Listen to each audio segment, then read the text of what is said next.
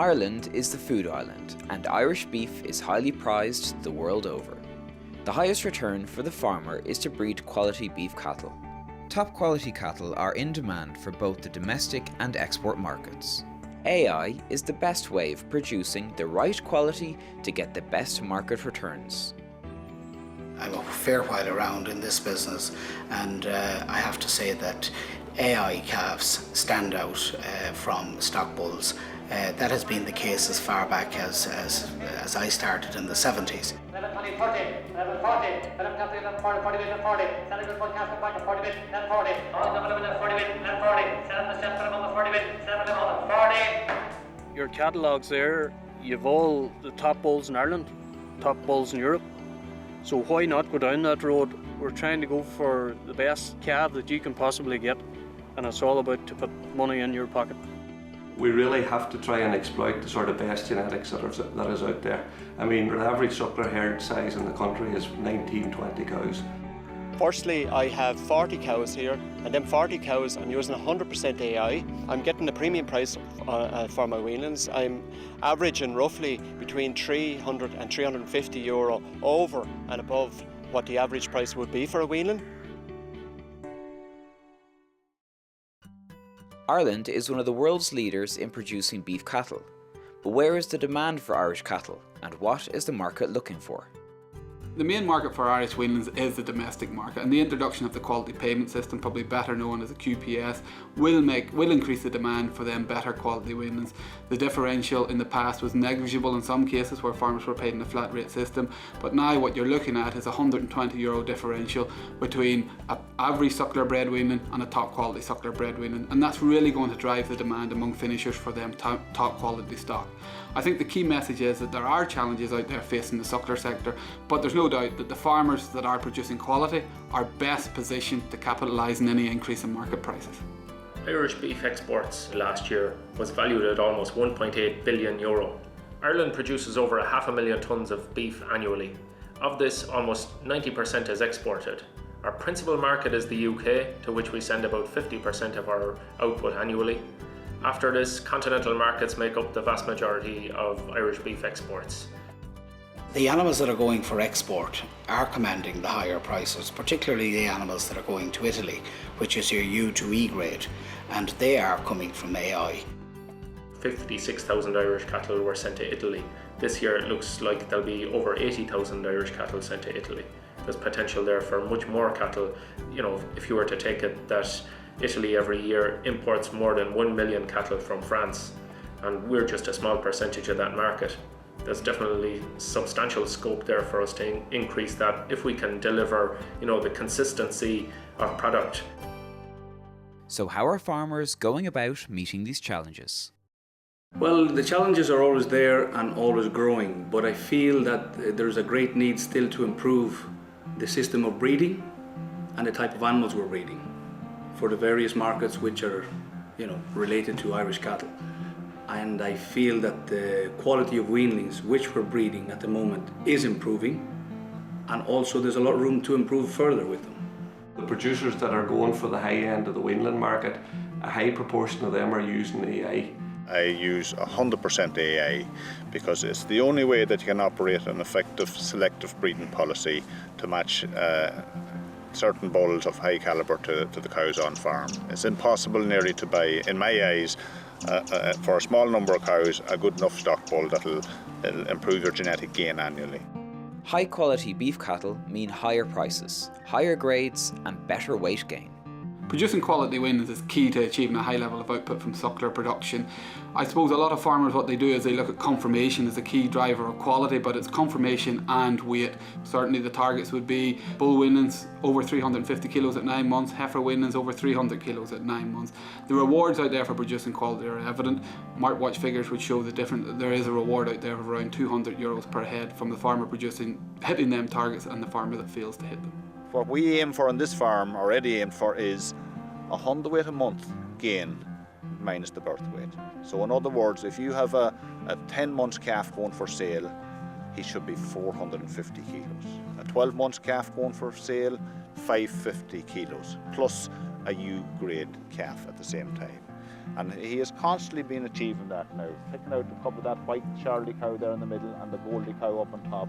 For the last 2 years, their calves has averaged approximately, male calves, €1,240 at the Med sale in October in Ballyshannon.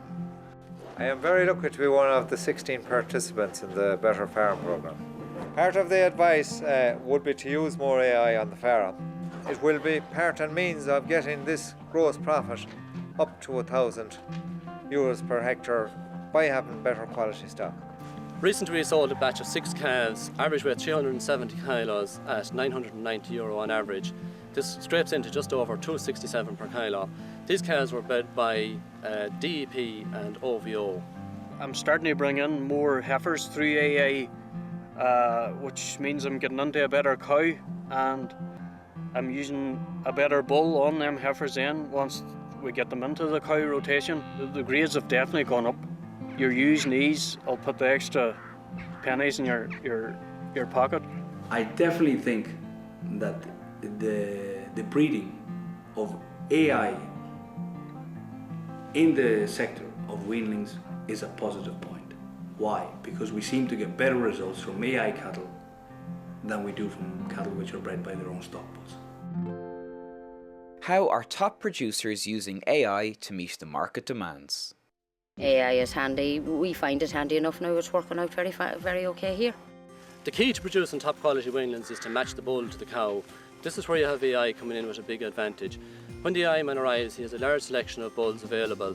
He also has a large amount of information available because take our local AI man here will be doing 4,000 cows a year. He's gone back into yards again, he's seeing the progeny, he's able to come back to me and say, well, this bull is performing well at this type of cow, and he can match the bull to the cows. That gives me a top quality weanling. AI to me would be a lot more convenient than using the stock bull. All you have to do is ring your AI man. If you see her in the morning, you tell him come that evening or that night. If you see the cow rambling that night, you give him a ring and you'll say, I'm on for the morning. And it's as simple as that. Good heat detection is vital for efficient use of AI. Heat detection aids greatly improve the number of cows detected on heat.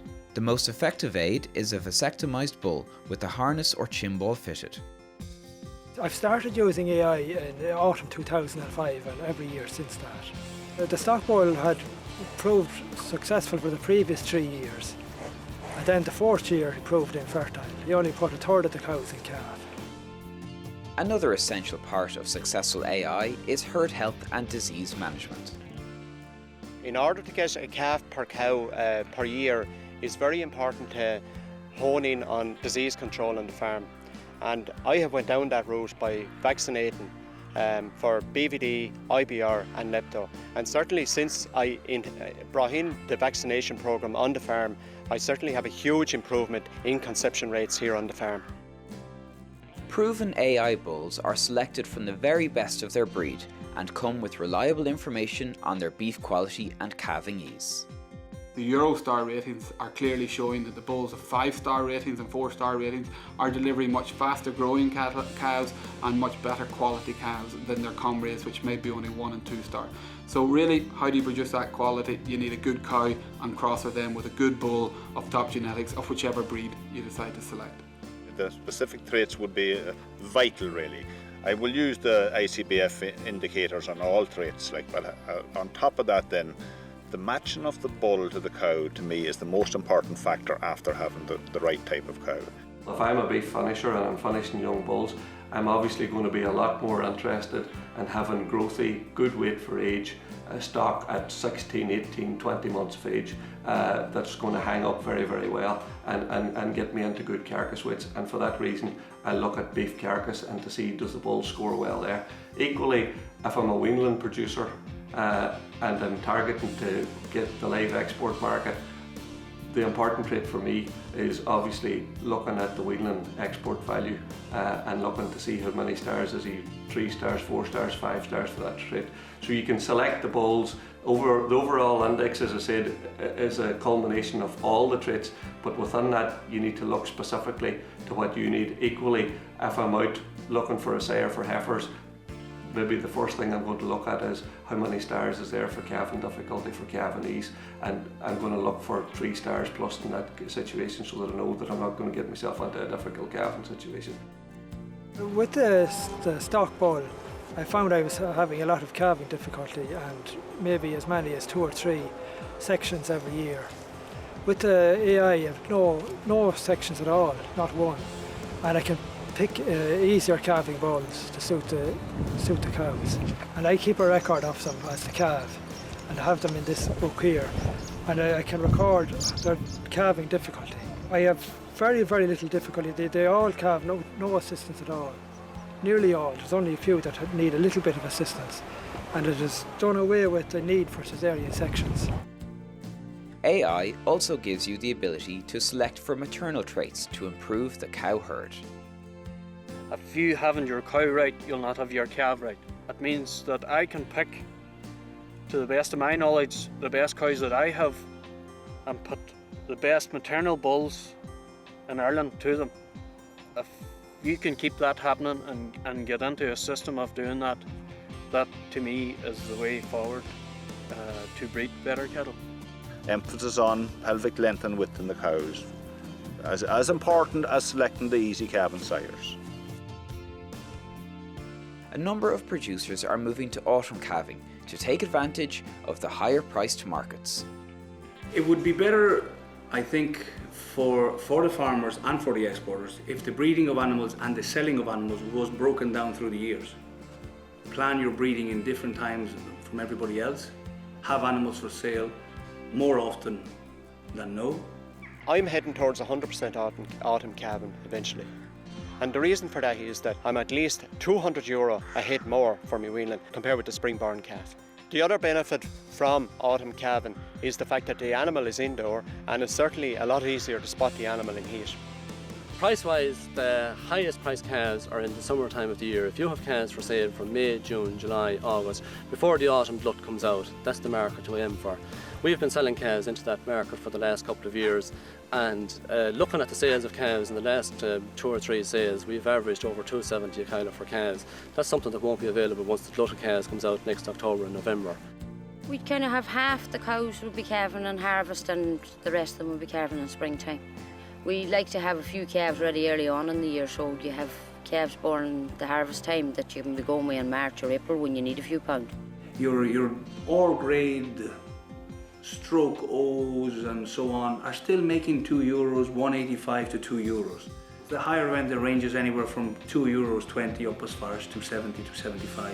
In some cases, €3 has been given in marts. Yes, it has been, but they're exceptional animals. If I was a farmer, I would, in myself and breeding myself, which I have some animals breeding, I would breed for the higher bracket, because a bad cow has the same mouth as a good cow, and the cost of keeping her in Ireland more or less doesn't change between a good one and a bad one. Well, the main reason why I would have increased AI usage is to try and produce better cattle, which will put more money in your pocket. That is the main reason. That's the objective at the end of the day at every business you're in. Given my farming situation here on a disadvantaged farm in the west of Ireland, as a part-time farmer on a fragmented farming, AI is not an option, it's a must.